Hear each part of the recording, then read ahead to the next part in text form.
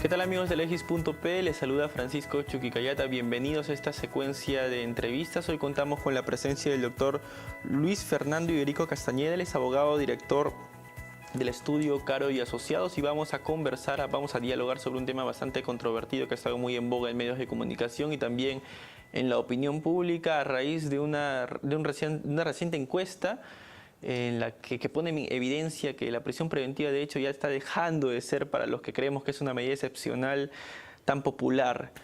Bien, doctor, bienvenidos a Legis.p. Bienvenido a Legis.p. Muchísimas gracias, Francisco, por la invitación. Muchísimas gracias a Legis.p. A sus órdenes. Bien, doctor, para los que formamos parte de la comunidad jurídica, creo que no hay discusión en plantear que la medida de la prisión preventiva es una medida excepcional. Pero la primera pregunta que le quiero formular es la siguiente. ¿Qué significa que sea una medida excepcional la prisión preventiva, doctor Iberico? Sí, mira, efectivamente, la medida de prisión preventiva pues corresponde a este universo de las medidas cautelares o del derecho cautelar. Eso lo que quiere decir en buen romance es que en líneas generales hay instituciones de las cuales adelantan el resultado final por la necesidad de asegurar determinados fines dentro del proceso. Las medidas cautelares no son finalidad en sí misma. Cuando tú obtienes una medida cautelar, no es que ganas algo, ni obtienes algo, no es un resultado. Es algo así como si el acreedor de una deuda dijera que ya cobró su deuda porque ha logrado embargarle a su deudor. No ha cobrado nada, simplemente está asegurando una posibilidad de poder cobrar al final del proceso. Es lo mismo con la prisión preventiva. O sea, si alguien dice, conseguí algo, logré algo porque conseguí la prisión preventiva de tal persona, no ha logrado nada. Simplemente ha conseguido utilitariamente un mecanismo de aseguramiento para una determinada finalidad del proceso. Sin embargo, es percibido en la opinión pública de esa manera, ¿verdad? Como si hubiese sido, como si la persona investigada hubiese recibido una condena. Sin duda alguna, y ese es un gravísimo error, y es un gravísimo error que tiene que ser corregido ya desde la perspectiva incluso pública, porque no se obtiene nada con la prisión preventiva.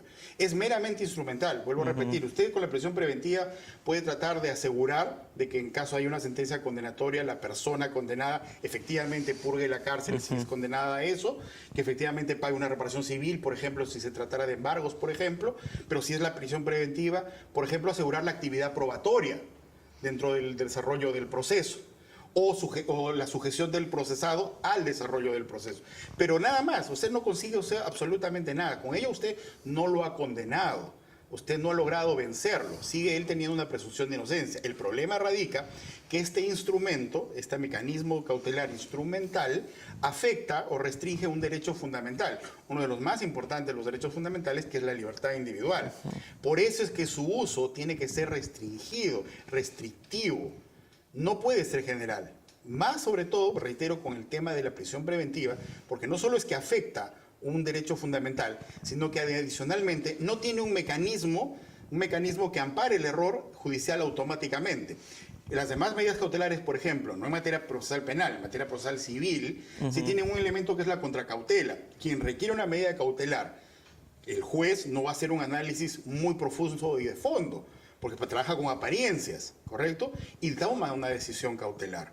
Pero si se equivocó, porque de verdad luego se determina que no era así, viene la persona afectada por la medida cautelar y dice, oye, pero durante este tiempo, por ejemplo, me embargaste mi bien, no lo pude, sí lo pude vender, pero lo tuve que vender a un precio menor porque estaba castigado. O el señor que ha perdido o que estaba con prisión preventiva, ¿qué es lo que le va a decir? Pues señor, ya está bien, se equivocaron, vieron que yo no tenía vinculación, vieron que yo no tenía peligro de fuga o no tenía una obstaculización de la actividad probatoria, pero ahora me dan libertad, pero ¿y quién me paga el tiempo que estuve detenido? No hay contracautela. Ahora, hay personas que plantean la posibilidad de abolir la prisión preventiva. ¿Esta es una medida radical o que usted también la podría contemplar? No, yo creo que la prisión preventiva, sin duda alguna, como medida cautelar, sí tiene una lógica. Lo que sucede es que cuando usted tiene mecanismos que son tan drásticos, tiene que utilizarla para circunstancias y momentos que son efectivamente importantes o necesarios. No lo puede generalizar, porque es como si yo le dijera, si el día de hoy la ciencia médica ha establecido un criterio para más o menos paliar, curar, tratar o lo que fuese el cáncer a través de la quimioterapia, usted no le puede aplicar una quimioterapia a un resfriado. Esa es la idea. O sea, son tratamientos extremos que deben ser tocados solamente para temas muy extremos. Eso es lo que... Hay un tema que es muy importante y creo que muchas veces perdemos de vista, y es el siguiente.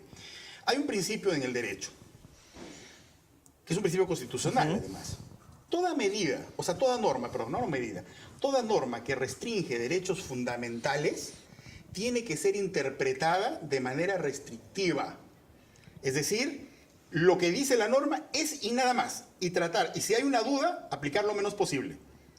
A diferencia de toda norma que reconoce derechos, tiene que ser interpretada de una manera amplia. La norma dice esto, pero también podría abarcar esto, que lo abarque, porque te reconozco derechos. Pero cuando te restringe derechos, la interpretación tiene que ser cada vez más restrictiva.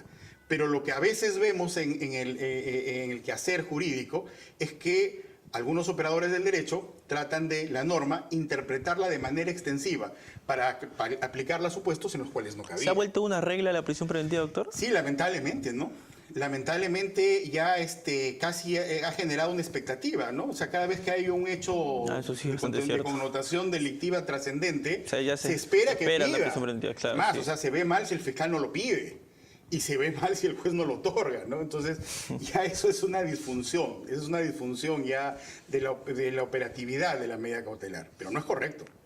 El problema está en cómo está estructurado, está redactado la prisión preventiva en el código, o es que está en los operadores de justicia. A ver, vamos a ver. Yo lo que creo es que lo que tenemos es un problema de aplicación de la prisión preventiva. En mi concepto, no es un problema normativo. ¿No habría que modificar nada? No, yo creo que lo que se necesita es enriquecer el contenido de esa norma interpretativamente a partir de fallos, acuerdos o lo que fuera, decisiones de las máximas instancias jurisdiccionales. Llámese Corte Suprema, que está convocando un pleno jurisdiccional en el cual van a discutir justamente un tema de la prisión preventiva. En la medida que se brinden derroteros de aplicación obligatoria para los demás órganos jurisdiccionales, en donde de verdad se haga un trabajo de que cada uno de los elementos y presupuestos previstos en la norma objetiva tengan una interpretación restrictiva, más que restringida, sino restrictiva, entonces yo creo que va a mejorar mucho la aplicación. Va a mejorar mucho la aplicación. ¿Y si se eleva el estándar de prognosis de la pena? Porque bajo como está redactado el código, la prisión preventiva pues, podría ser aplicado a una gama extensa de delitos. Casi todos los delitos superan los 4 años. Sí, bueno, lamentablemente... ¿Esa no podría ser una modificación pertinente? Sí, por ejemplo, ¿no? Porque sin duda alguna, hay parámetros, ¿no? Hay parámetros, por ejemplo, en la casación, para poder interponer una casación dentro del material casable, por ejemplo, te pone un mínimo de 6 años. Pero resulta para restringirte tu libertad el mínimo baja a 4 años, no tiene ningún sentido. Podríamos elevarlo, sí, sobre todo porque además tenemos un sistema punitivo, o sea, un sistema de penas, a través de las múltiples modificaciones que ha sufrido el pobre Código Penal de su vigencia, que la verdad ya no tenemos un sistema de penas. Hay delitos que no afectan la vida humana, que tienen mucha más pena que cualquier afectación a la vida humana. Entonces eso no tiene ningún sentido. Y sin duda alguna las modificaciones no solamente es en cuanto al máximo de la pena. Dentro de lo que usted menciona, es que hay que modificar también en cuanto al mínimo de la pena, para elevar el tema de la prognosis de la pena. O sea, 4 años es un clásico, digamos, o sea, estaba ya de la legislación anterior, pero ya vimos que ese no es un elemento. Podría sí, podría no, pero le digo, no es un elemento trascendente. No es un elemento trascendente porque al final y al cabo la prognosis de la pena no es lo determinante para dictar una prisión preventiva. Es un elemento a tener en cuenta. Yo diría mínimo, pero no es el elemento central. Va por otro lado. Fuera de cámaras, doctor, nosotros conversábamos acerca de la formación de los jueces, ¿verdad? A la hora que dictan la prisión preventiva. Hay muchos de sus colegas que comparten esta posición también de que los jueces han sido formados, que muchos jueces han sido formados con una perspectiva inquisidora y que frente al nuevo código mucho más civilizado les cuesta adaptarse. ¿Usted comparte también esta posición? Yo el año pasado, me parece, efectivamente, un foro que se desarrolló, estuvo coorganizado por la institución que pertenece, el Estudio Caro, el CESPE, que estuvo vinculado a un aniversario de la Universidad de Salamanca.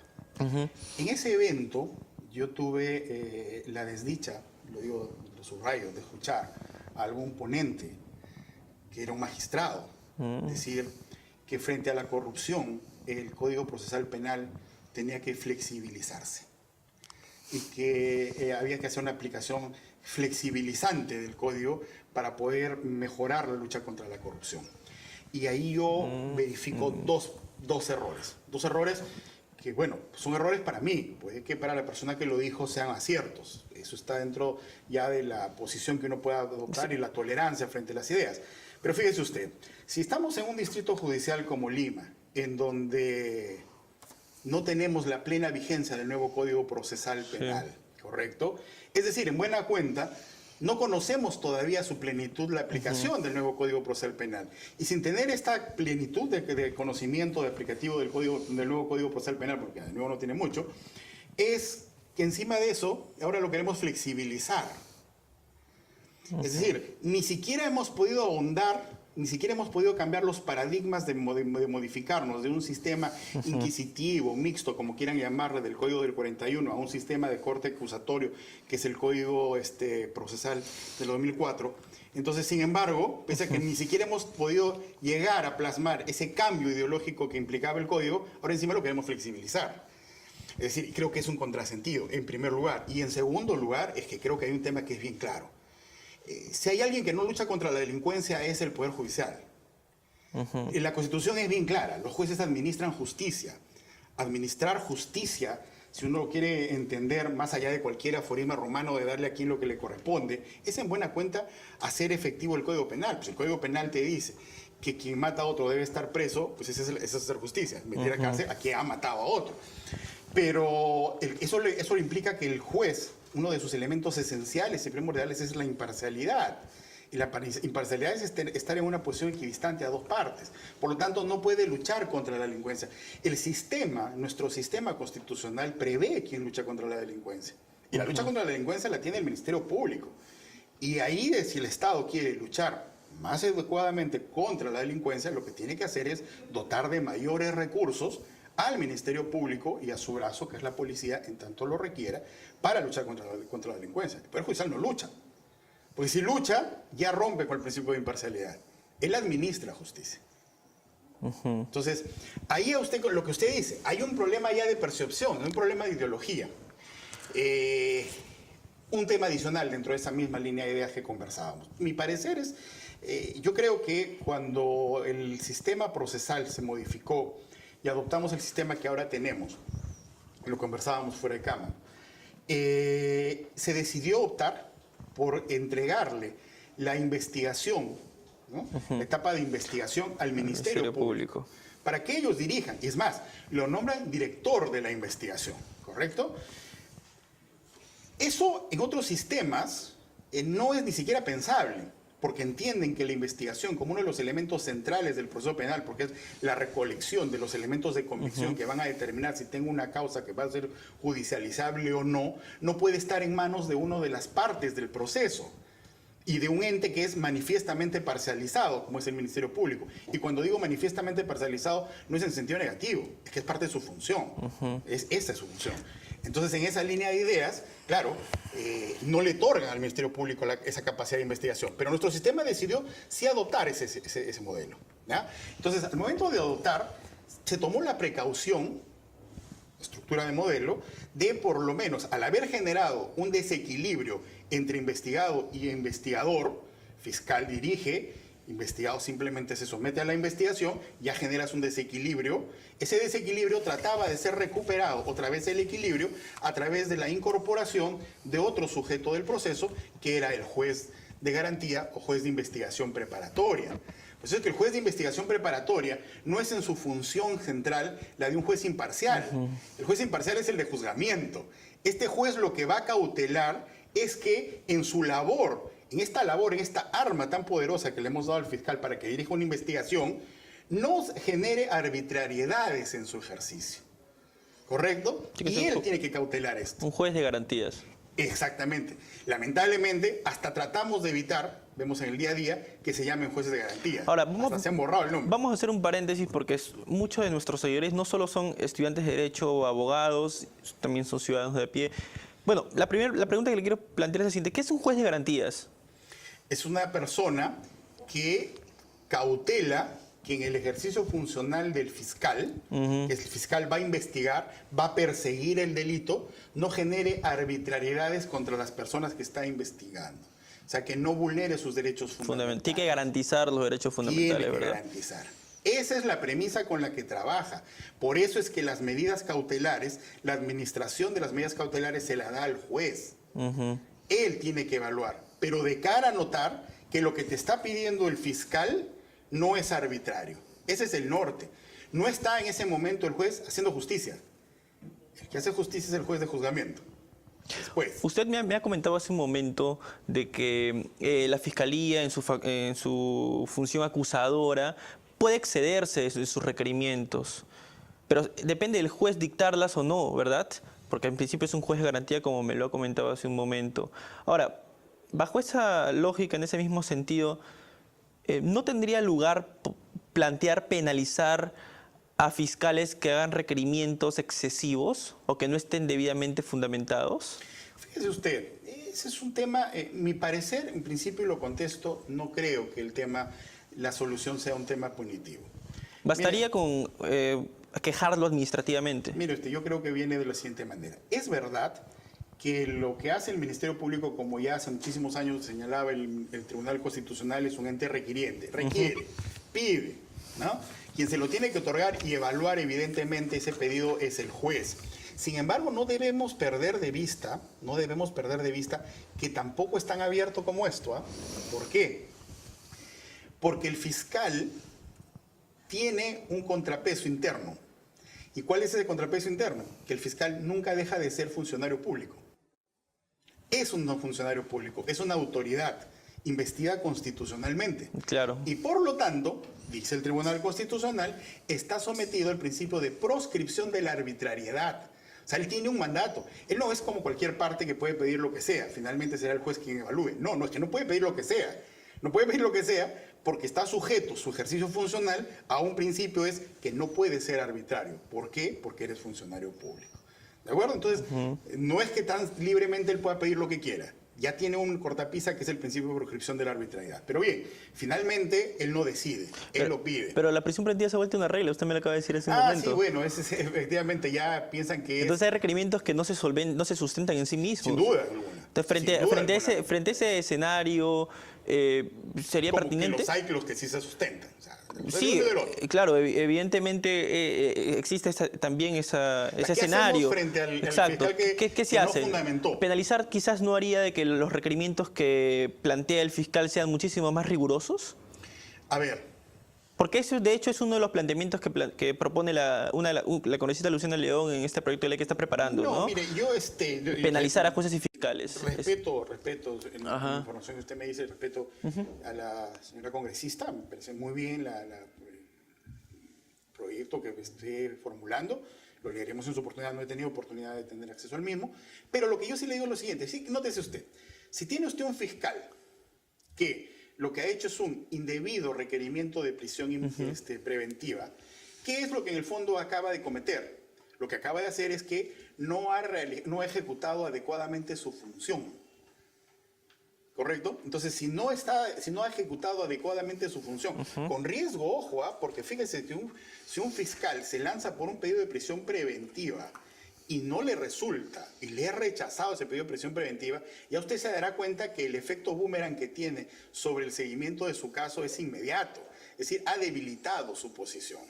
Entonces, no solamente es que ha tratado, digamos, de llevar a un contexto cautelar de privación de libertad a una persona, sino que adicionalmente, al haber fallado ese requerimiento, ha puesto incluso en tela de juicio su propia teoría de su caso. Entonces, frente a eso, lo que ha hecho es, en mi criterio, es un incumplimiento funcional. Entonces, ahí la sanción tiene que ser de tipo funcional. Dependiendo de la gravedad del error, dependiendo de la gravedad, si es evidente que si el juez le dice, pero señor, pero ni siquiera me fundamentas la proporcionalidad, y tú ni siquiera me dices esto, o te has confundido de presupuesto, y tú pretendes llevar a una persona a prisión preventiva con este tipo de requerimiento, entonces el incumplimiento funcional es grave.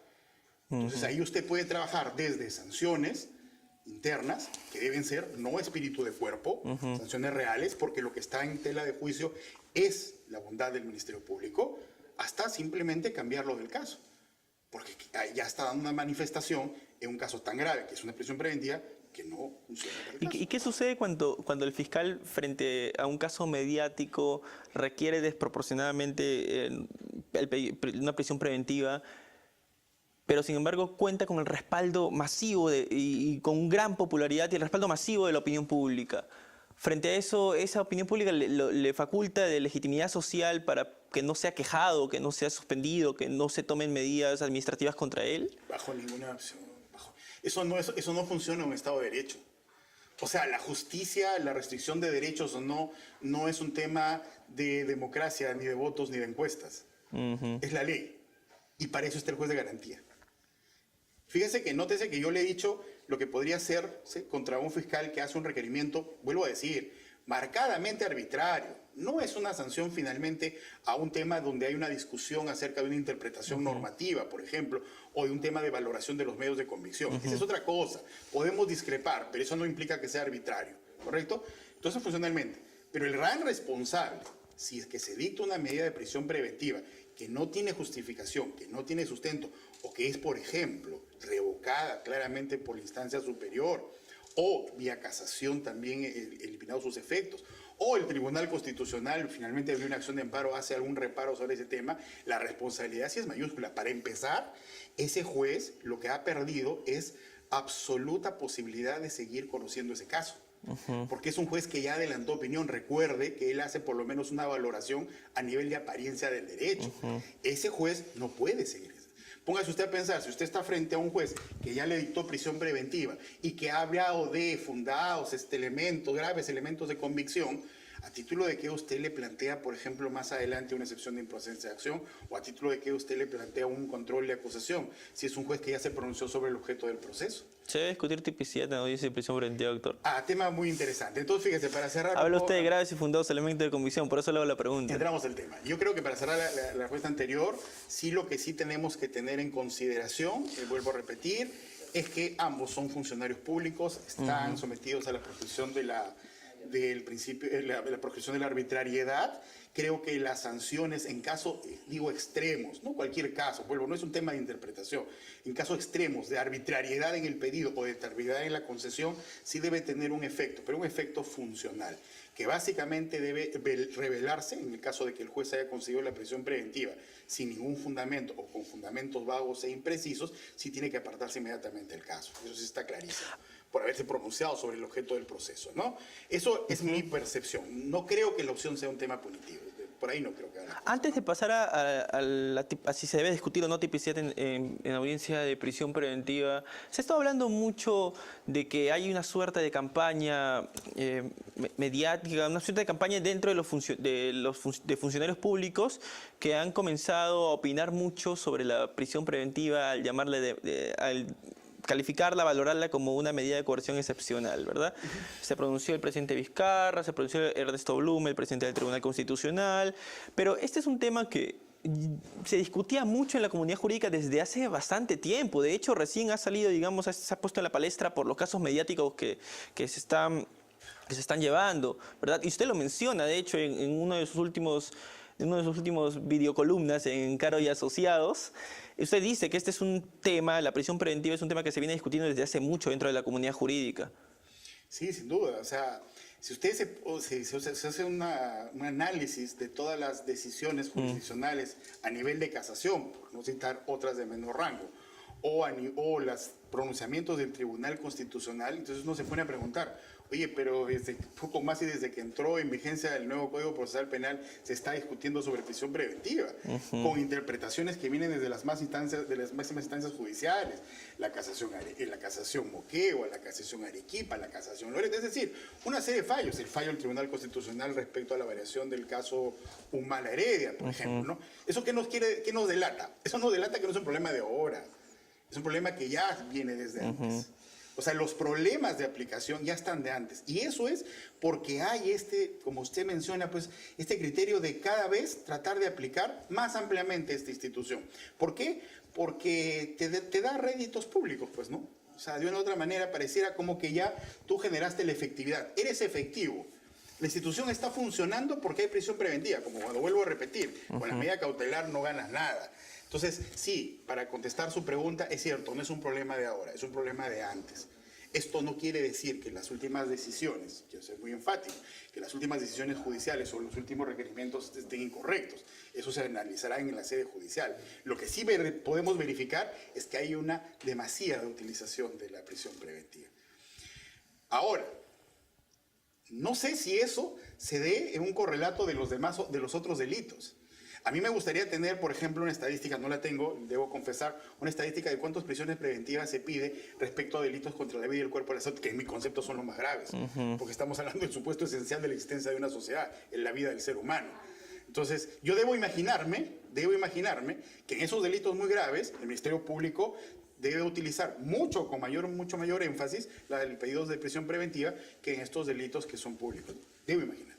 De hecho, la última encuesta que ha salido hace un par de días de Pulso Perú y Datum consigna de que el 36% de los peruanos cree que la prisión preventiva se aplica en forma excesiva.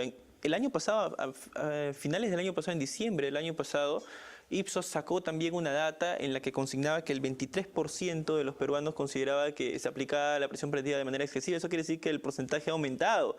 ¿Hay visos de esperanza, tal vez? Vuelvo a repetir, es un tema que al final no es un tema de norma, es un tema de la percepción de los jueces. En la medida que entiendan lo que usted señala desde el inicio de esta conversación, es una medida excepcional. Es decir, los estándares son bien complicados. Usted ve otros países en donde, por temas que usted escucha acá, en otros países sería impensable que dicten una prisión preventiva. Como en España, ¿no? Por ejemplo. ¿Con el caso de César Inostroza, tal vez? No, por ejemplo, en Estados Unidos los estándares son muy altos para poder dictar una prisión preventiva. Incluso los mecanismos, que son básicamente patrimoniales para evitar las prisiones preventivas, son más bien lo común, son más bien lo cotidiano. O sea, ahí sí excepcionalmente es. En la línea de ideas es que quien esté en la cárcel sea el condenado, el que ha sido vencido en juicio, ¿no? Entonces, claro, el problema es que cuando tú abusas, ya la percepción ciudadana te va aumentando en sentido negativo, porque hay un momento en que la población se va a tener que dar cuenta. O sea, al inicio dirá, mira, yo estoy en contra de todos estos comportamientos que han tenido estas personas que han detentado el poder, en la medida que la hipótesis del Ministerio Público sea cierta, ¿no es cierto? Pero eso es un inicio. Pero hay un momento en que tú entras en un estado de inseguridad porque dices, pero si a este señor le han dado prisión preventiva por esto, oye, a mí también me podría pasar, y a mi vecino también. Y entonces vas a generar ya un tema de inseguridad. Ese es el problema. Vamos a la pregunta de rigor, doctor, que usted quiere responder hace bastante tiempo, hace un buen rato. ¿Se debe discutir tipicidad en audiencia de prisión preventiva? Sin duda. ¿Por qué? Sin duda. Por mandato de la ley. Porque la ley lo exige. Porque el primer presupuesto es graves y fundados elementos de convicción de la comisión de un delito. De la comisión de un delito. O sea, lo primero que tiene que tener el juez y evaluar es si efectivamente ha ocurrido un comportamiento que puede ser calificado como delito. Pero la ley lo manda. O sea, es verdad que en la casación Moquegua se dice que en la audiencia de prisión preventiva se debe evitar las discusiones acerca de la tipicidad, porque eso está, digamos, previsto para que esa discusión sea a través de un incidente de excepción de improcedencia. Pero, claro. A ver, vamos a ponernos, y yo creo que en todo caso es mi interpretación de esa decisión jurisdiccional. No hay la menor duda que el juez tiene que hacer un análisis de subsunción, de tipicidad en la audiencia de prisión preventiva. No me queda la menor duda. ¿Por qué? Por mandato de la ley. Porque lo primero que tiene que verificar es si ha ocurrido un hecho de connotación penal. Y la única forma de saber si tiene connotación o no tiene connotación es haciendo la labor de subsunción. ¿Correcto? Eso en primer lugar. Ahora viene el tema. ¿Hasta qué punto y qué cosa debe discutir? Y yo creo que la solución está dada, me parece, por la misma norma. Porque la norma te dice que el análisis que tiene que hacer el juez lo hace en función de lo que dice el fiscal. Ese juicio de subsunción, de tipicidad que tiene que hacer el juez, lo tiene que hacer en función de la base fáctica, del relato de hechos que ha efectuado el fiscal. No puede entrar a temas de discusión probatoria en donde la parte agraviada por el pedido, por el requerimiento, le diga, no, es que no pasó de esta manera porque mira, yo tengo justo un informe pericial que desdice lo que el fiscal señala. Y en consecuencia no hay perjuicio, por lo tanto la acción no es típica. No, porque eso ya le denotaría al señor juez una labor de pulsación de material de prueba. Entonces, no está por ahí. No está por ahí. Es simplemente un primer análisis a nivel de apariencia del derecho. Es, fiscal, tú dices que ha pasado esto. Ok, voy a evaluar si lo que tú dices que ha pasado, voy a darlo por cierto, como una hipótesis de trabajo, se subsume o no se subsume en la norma. Y si veo que no se subsume, entonces ¿para qué sigo insistiendo? ¿Para qué lo mantengo? Porque podría llegar el supuesto, imagínese usted, en donde, digo, yo no analizo su subsunción, el hecho que tú me relatas no es delito, pero yo no lo analizo, no es el momento, y entonces dicto una prisión preventiva, hay una persona procesada, investigada con prisión preventiva, que luego de 3 o 4 meses que se deduce la excepción de improcedencia de acción, recién se declara fundada la excepción y se dice que lo que se le imputó no era delito, pero ya estuvo 4 meses de prisión preventiva. No, pues, no tiene sentido. Sí se analiza, pero en base a la base fáctica del fiscal. Además de la prisión preventiva, ¿qué otras medidas de coerción podría requerirse? ¿Grilletes electrónicos tal vez podría ser una opción? Sí, mire, todas las modalidades de la comparecencia. Y ahí hay un tema bien interesante, fíjese usted. Muchas de las razones que se esgrimen para dictar una prisión preventiva no tienen nada que ver con la posibilidad o el comportamiento del afectado con la medida restrictiva. Por ejemplo, yo he escuchado razonamientos como este. No le podemos dar comparecencia porque todo el mundo sabe que en este país es muy fácil viajar al Ecuador y pasar caminando la frontera. Porque todos sabemos que en este país es bien fácil pasarse, como ha ocurrido en algunos casos, por la frontera de Bolivia, y etcétera, etcétera, etcétera.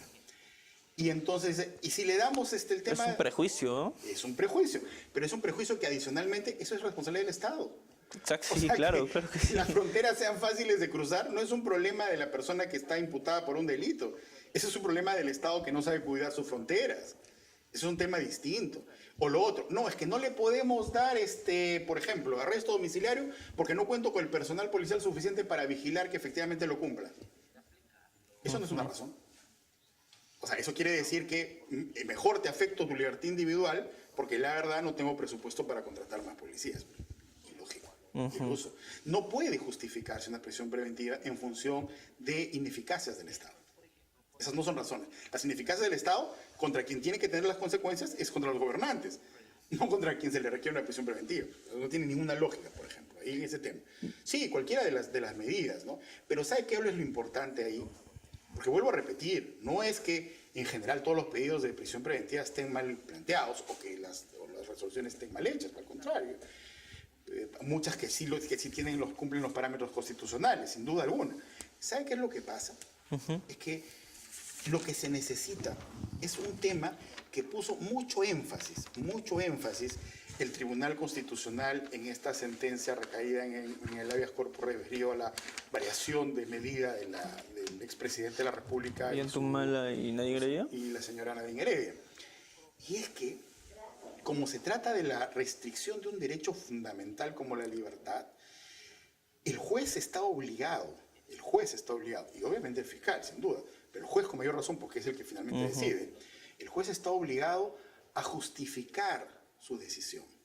Y esto usted me dirá, pero eso es una verdad de perogrullo. Sí, pues es una verdad de perogrullo, pero que no se plasma en las decisiones judiciales. El juez, incluso el Tribunal Constitucional, incorpora, resalta un concepto que es la motivación cualificada. No cualquier motivación. Per se, toda decisión jurisdiccional, salvo los de mero trámite, deben estar motivadas. Pero si se trata de una medida restrictiva, tiene que tener un plus de motivación. Y el plus de motivación es el pronunciamiento sobre la proporcionalidad. ¿Para usted ese es el presupuesto más importante? Sin la menor duda, y es el que menos se emplea, y es el que menos se utiliza. Es más, lo analizan al final cuando ya todos están cansados, y se nota clarísimo que la batalla ha sido por los famosos 3 presupuestos de la norma general. Porque algunos colegas suyos señalan de que el presupuesto más importante es el peligro procesal. El peligro procesal es un supuesto que es justamente el que justifica la imposición de una medida cautelar. Siempre el peligro, que es un genérico del peligro en la demora... Que no se presume, de hecho, ¿no? No se presume. Hay que acreditarlo. Eso lo podemos conversar en un minuto. Pero lo que yo le quiero decir es lo siguiente. Mire usted me acaba de preguntar, ¿qué otras medidas se pueden tomar? Mire, pueden tomarse todos los temas de comparecencia, de la simple con las restricciones y con las modalidades que ahí estén hablando. Pero lo que importa es que el juez analice y diga, ¿por qué la prisión? Y la prisión porque analicé y estas no funcionan por estas razones. Tiene que estar plasmado en la decisión jurisdiccional. ¿Por qué no le da las otras posibilidades? las tiene que haber evaluado. Porque para mí ha sido muy común encontrarme con fallos judiciales en los que terminan diciendo, no sé, y además hablan en tercera persona, porque para esta judicatura no hay otra medida que sea más necesaria que la prisión preventiva. ¿Y por qué? ¿Por qué llega a esa conclusión? Reviso, y no hay ningún por qué. No te contesta el por qué. Eso está mal. Entonces, esa exigibilidad, ahí de entrada, si hubiera una apelación, lo que tendría que hacer, y es como una sanción, el órgano de revisión es anular esa decisión por falta de motivación, que es un llamado de atención al de abajo. Porque decirle a un juez que ni siquiera sabe motivar su decisión es bien grave, ¿eh? Es bien grave, porque es un mandato constitucional la necesidad de motivar la decisión judicial. Sobre todo, como reitero, que el TC pone el énfasis de que tiene que ser cualificada, ¿no? Ahora, pasando al otro tópico que usted me menciona, el tema de la proporcionalidad. Fíjese usted, de acuerdo a las últimas posiciones o a posiciones acendradas ya en el tema cautelar, evidentemente se decanta porque los presupuestos de toda medida cautelar, y la prisión preventiva es una de ellas, sin duda alguna, sin duda, obviamente, el tema de la apariencia del derecho, que trabajar con la verosimilitud, etcétera, etcétera, lo que hemos visto, sin duda alguna el peligro en la demora, está claro que sí, pero el tercer presupuesto, y mire, no elemento, no parte, presupuesto, es decir, elemento consustancial y estructural de la medida, sin el cual no puede existir esa medida, es lo que los teóricos del mundo cautelar llaman adecuación, pero que para nosotros es la proporcionalidad, porque la adecuación es uno de los subprincipios de la proporcionalidad. Entonces, un análisis adecuado de una medida para un juez tiene que ser partir, ¿sí? Hay apariencia, la hay, por estas razones, sí, hay un peligro de sus dos vertientes, el peligro procesal de sus dos vertientes, la de fuga, la obstrucción de la actividad probatoria, y es proporcional, pero la proporcionalidad no entendida como un elemento más, ese cuarto o quinto elemento en el que se habla de la casación de Moquegua, sino como presupuesto esencial.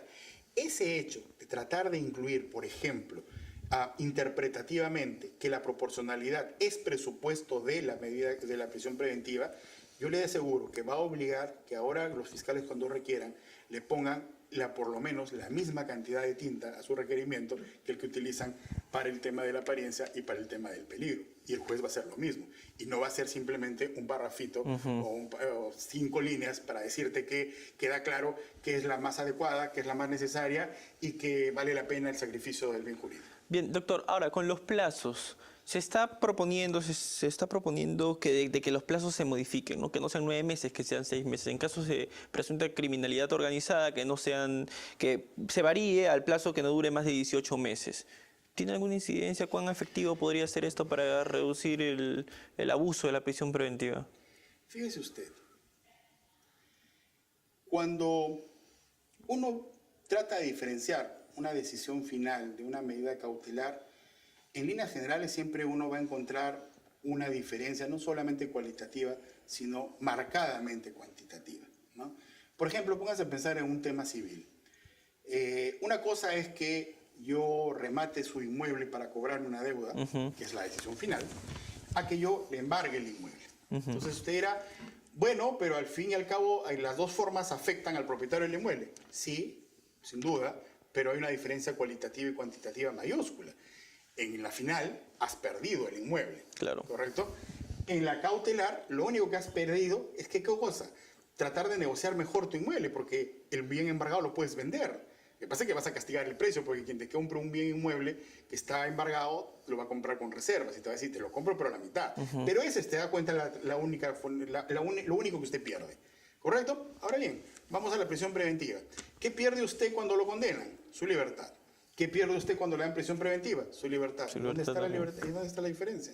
Cualitativamente es lo mismo, ¿se da cuenta? Cualitativamente es lo mismo. Ahora, si encima de eso le agrega que tenemos un sistema en el cual puede haber prisión preventiva en aras de la actividad persecutoria del Estado de 36 meses, entonces, ¿y eso en qué se pueda diferenciar ya de una condena? Pues ya te condenaron por adelantado, ¿no es cierto? La condena anticipada, ¿no? Totalmente, es una condena anticipada. Entonces, eso está mal.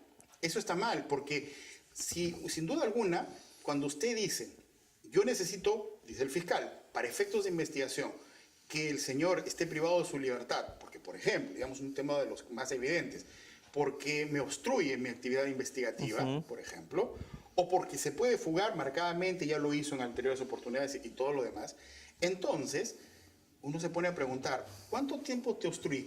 ¿A quién está obstruyendo? ¿A qué testigos son los a los que está fastidiando? ¿Qué documentos está perdiendo? ¿Dónde están esos documentos?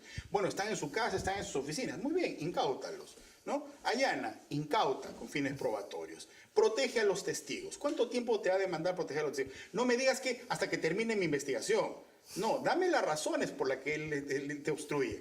Cuando el fiscal lo obliga a decirle cuál es lo que exactamente está obstruyendo, el juez va a poder medir y decirle, bueno, para eso necesitas, queda claro, este es un peligro, pero entonces protege tu prueba, porque una de las obligaciones del fiscal es proteger su prueba.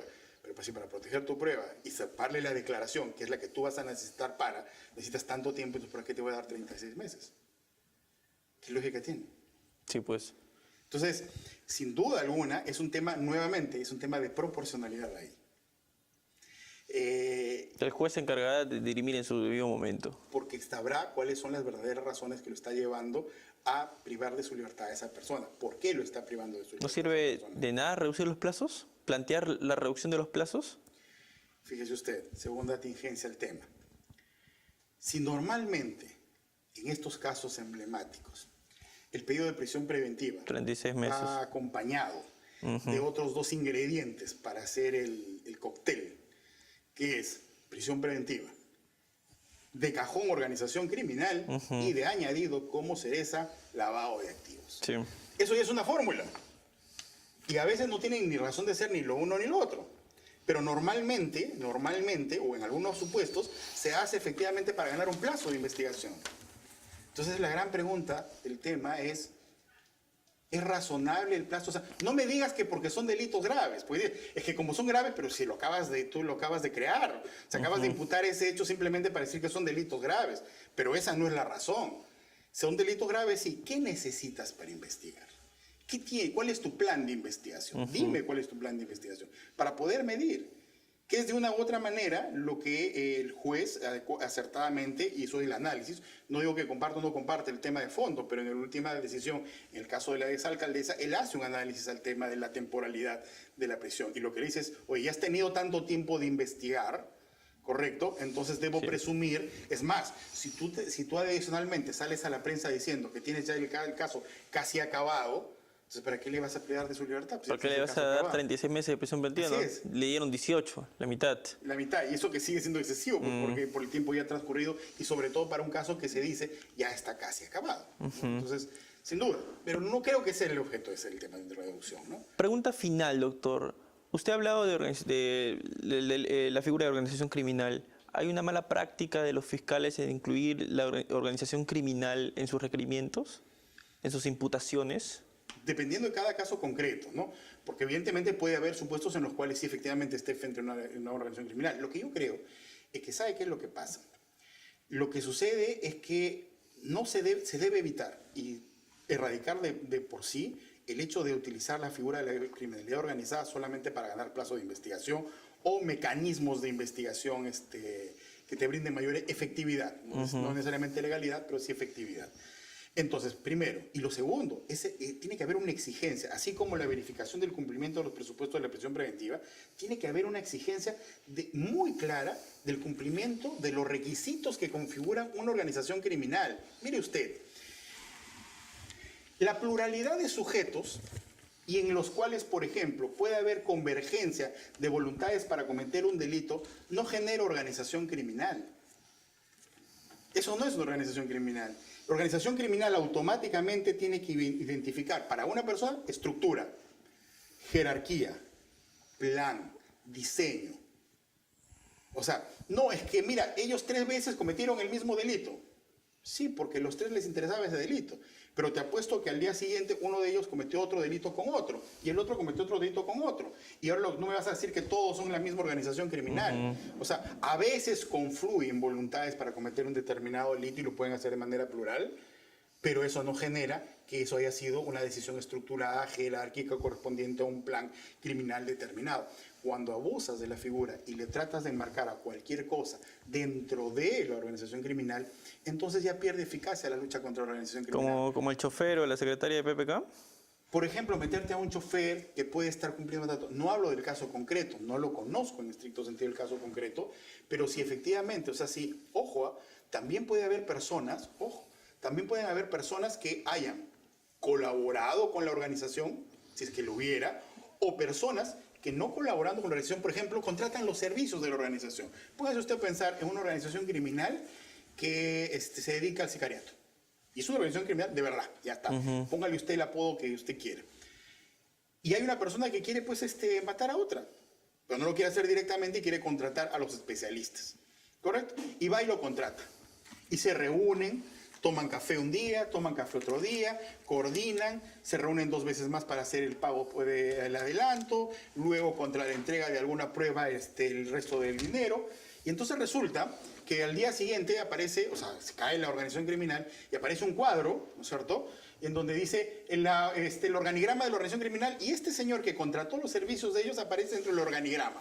Y le ponen como financista de la organización criminal porque les ha pagado. Yo le pregunto, ¿y ese señor es parte de la organización criminal? No, no tiene nada que ver, no forma parte de la estructura, no obedece órdenes de nadie.